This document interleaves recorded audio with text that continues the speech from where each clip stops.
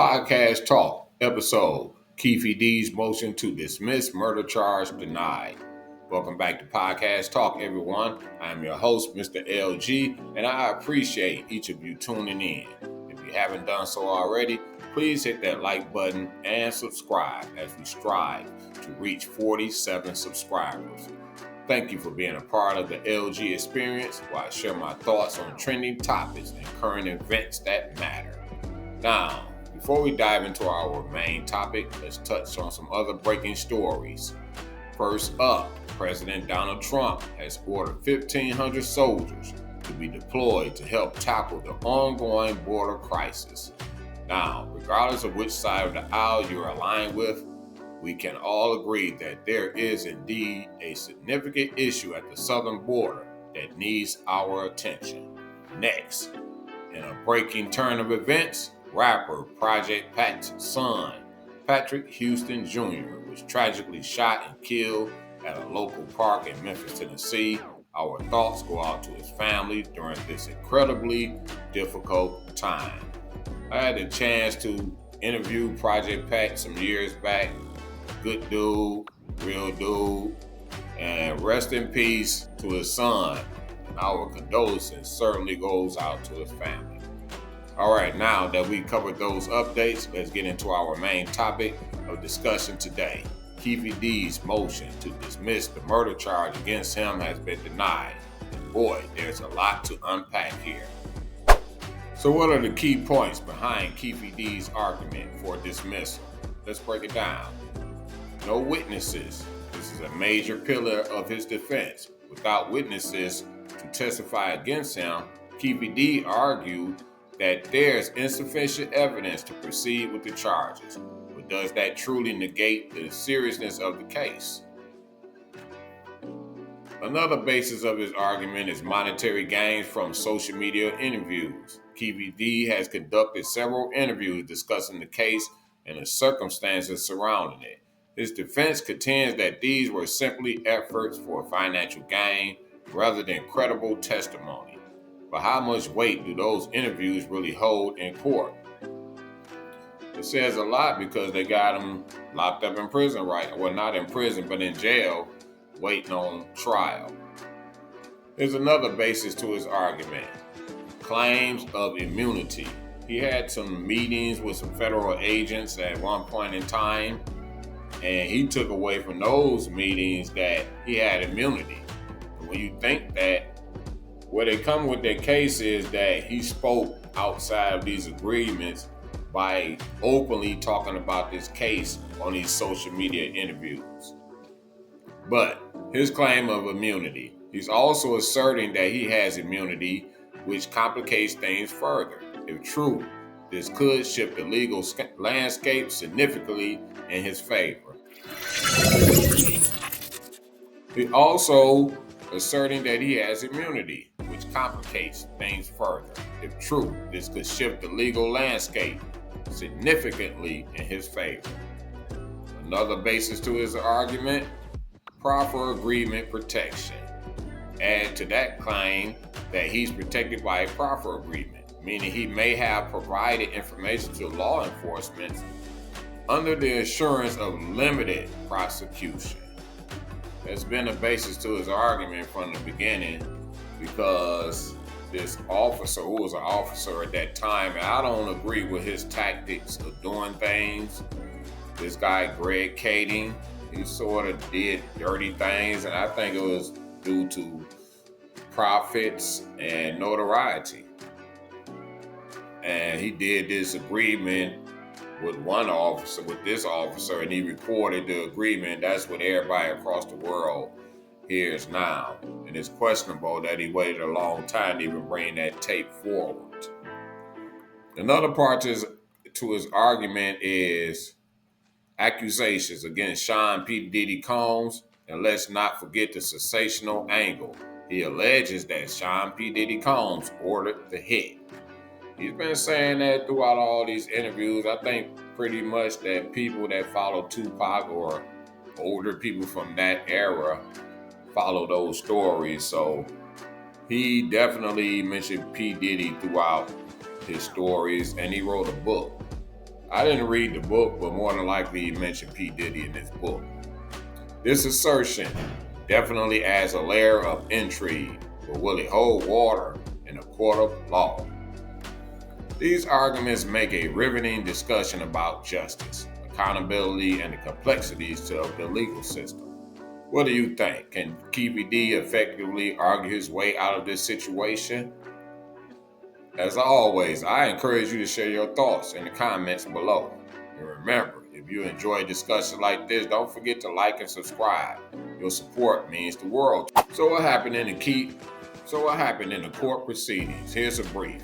Keefe D's motion to dismiss Tupac Shakur's murder case was denied due to lack of evidence for immunity deals. Prosecutors cite strong evidence, including Keefe D's own memoir, linking him to the 1996 shooting. The trial is set for March 17th. Keefe D pleaded not guilty to first-degree murder. He's the only person that's been charged in this case with Tupac Shakur. His efforts to dismiss this case has been denied.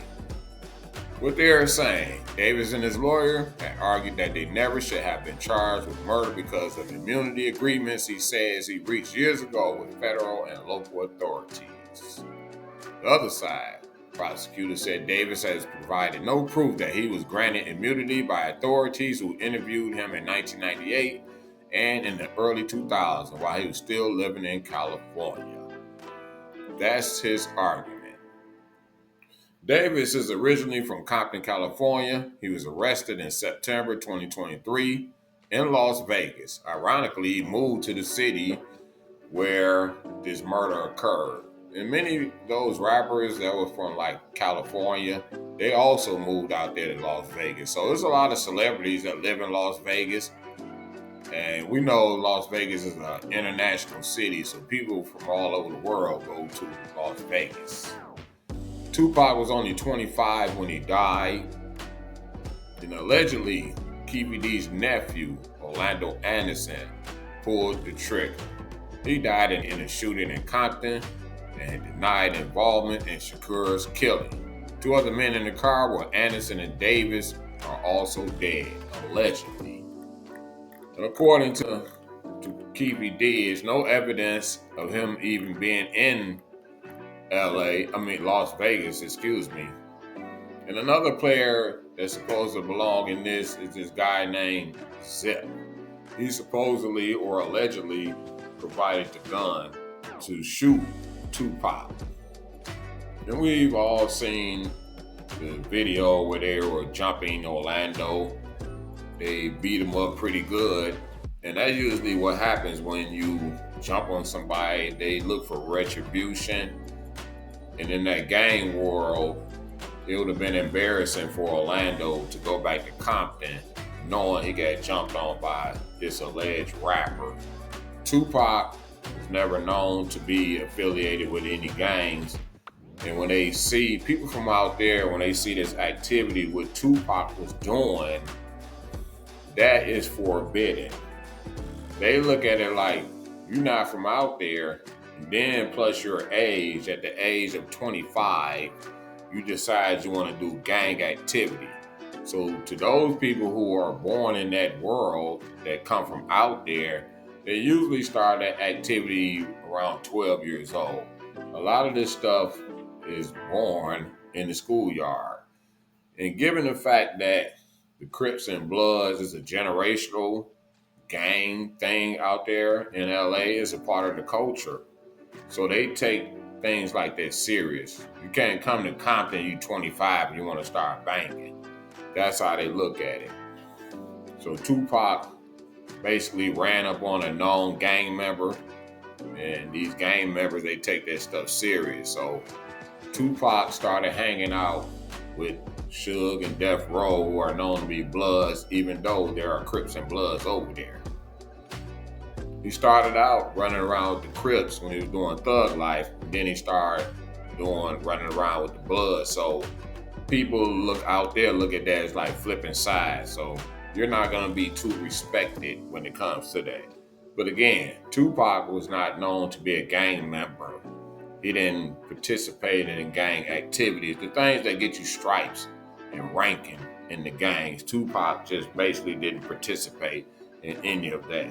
But they embraced him and they sort of became like his security blanket. But it don't matter how big you get. I mean, they killed the president of the United States in a shooting in Compton and denied involvement in Shakur's killing. Two other men in the car were Anderson and Davis are also dead, allegedly. And according to Keefe, there's no evidence of him even being in Las Vegas, excuse me. And another player that's supposed to belong in this is this guy named Zip. He supposedly or allegedly provided the gun to shoot Tupac. And we've all seen the video where they were jumping Orlando.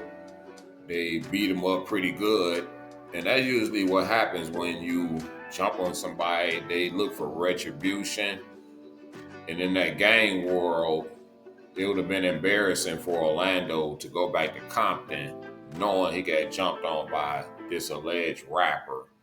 Tupac was never known to be affiliated with any gangs. And when they see people from out there, when they see this activity what Tupac was doing, that is forbidden. They look at it like, you're not from out there, and then plus your age, at the age of 25, you decide you want to do gang activity. So to those people who are born in that world that come from out there, they usually start that activity around 12 years old. A lot of this stuff is born in the schoolyard. And given the fact that the Crips and Bloods is a generational gang thing out there in LA, it's a part of the culture. So they take things like that serious. You can't come to Compton, you 25, and you want to start banging. That's how they look at it. So Tupac basically ran up on a known gang member, and these gang members, they take that stuff serious. So Tupac started hanging out with Suge and Death Row, who are known to be Bloods, even though there are Crips and Bloods over there. He started out running around with the Crips when he was doing Thug Life, and then he started running around with the Bloods. So people look out there, look at that as like flipping sides. So you're not going to be too respected when it comes to that. But again, Tupac was not known to be a gang member. He didn't participate in gang activities, the things that get you stripes and ranking in the gangs. Tupac just basically didn't participate in any of that. But they embraced him and they sort of became like his security blanket. But it don't matter how big you get. I mean, they killed the president of the United States. They'll get you if they want you. That's just what it is. But Tupac basically, like I said before, ran up on a known gang member. It just would have been too embarrassing for Orlando to go back to Compton in the middle of a gang infested areas knowing he got jumped on by a rapper. That was just unforgettable. Then we got the P. Diddy element, and he's mentioned P. Diddy throughout his story. He believed that P. Diddy put it up in the air that he wanted Tupac and Suge dead. I believe that could have been true because those guys were giving P. Diddy the headache back then. They were really going at Bad Boy, P. Diddy, and whoever else came with him, like Biggie Smalls. And they were really giving Bad Boy some real problems during that time. They got to the fact that Biggie really couldn't go around and do shows like he wanted to. It really split the audience. Some people jumped for the Biggie side, pretty much the East Coast people, and people were on Tupac's side, which pretty much is the West Coast people. So many people call it the East Coast, West Coast beef. Many people call it the Bad Boy versus Death Row beef. But it's the P. Diddy element, and he's supposedly put this hit out He never paid the money directly to Keefe D. He's supposed to gave the money or allegedly gave it to Zip. And he took that money and opened up a club out there in New York, allegedly. And the feds even sent Keefe D out there to link up with Zip. And he did try to do that. He went to New York and he tried to link up with Zip.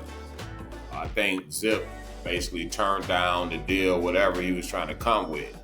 So he basically turned Keefe D away, allegedly. This is what Keefe D say. But again, as he tell it, his stories is for monetary gain only. So, but he's allegedly that P. Diddy put up this money where he made the offer, and he did it in front of other people. The problem with all that, he don't have witnesses to this meeting where P. Diddy allegedly made this offer. And I do believe that P. Diddy may have did this in the heat of the moment. A lot of stuff was going on.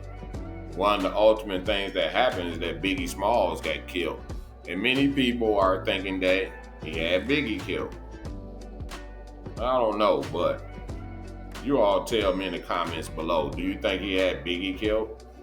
Who stand to gain the most if the notorious B.I.G. was to get killed too? But according to reports and blogs and some of the players out there on the West Coast, they believe some guy from Compton was paid to hit Biggie. In my opinion, it just never made no sense to kill Biggie. Who gained the most if you kill Biggie? But it's set up to look like it's revenge for Tupac's death. There's more to come with this case right here. Keefe D will start to go on trial that March 17th. I don't know if they ever going to be able to bring the P. Diddy element to this. If you look at P. Diddy's case, we're not sure what else they're going to put on his case, but it's going to be a while for that. And many people speculate that it's going to be a superseding indictment. But we shall see. We shall see. LG Experience. Make sure y'all click that like button, click that subscribe button. I really appreciate you all for checking out this episode. It's going to keep getting thick. It's going to be great for vloggers and bloggers to write about this story. As always, I want to hear y'all thoughts. What do you think about the denial of Keefe D's motion? Do you believe he has a strong case, or is the weight of the allegations too heavy to ignore? Let me know in the comments. Thank you for joining me on this episode of Podcast Talks, the LG Experience. Until next time, stay engaged, stay informed, and keep the conversations going. And as I end this off, I want to give my 2 cents. There is nothing more important to true growth than realizing that you are not the voice of the mind. You are the one who hears it. So that's my 2 cents. Peace and love.